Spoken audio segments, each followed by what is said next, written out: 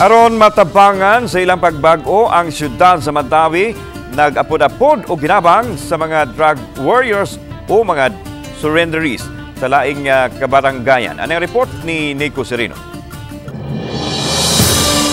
Tuig 2022, na kumpleto sa 33 anyos nga taga Tipolo ang drug rehab program. Matinud-anon niyang gisunod ang programa sa tinguhang mabag-una ug malayo sa bisyo. Human hinon makagraduate, doon na pa'y tuig ug tunga nga observation period alang kaniya nga gihimo sa mga otoridad. Kaganiha, usa siya sa mga nakadawat sa 5,000 pesos nga financial aid gihatag sa dakbayan alang kanila. Plano naman sir, negosyo lang sir.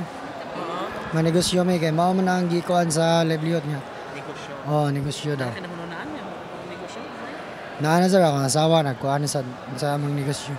Laing nakadawat sa hinabang ang 34 anyos nga lalaki taga-laing barangay.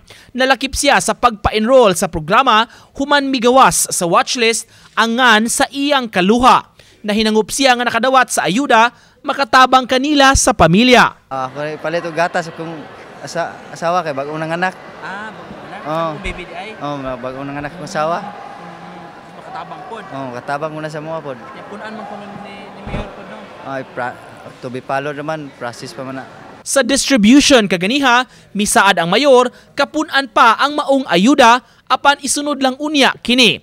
Gipasabot niya, nakig-alayon sab sila sa uban nga mga ahensya ug organisasyon aron makatabang sa ilang sektor sa bag-ong kinabuhi. Kasi plano nilang inegosyo nga assistance sa ilang mga pamilya. So, kani ginagmay apan kinasing-kasing no?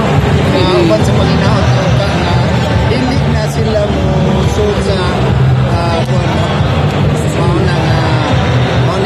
ayuda nga gikan sa Dakbayas Mandawi.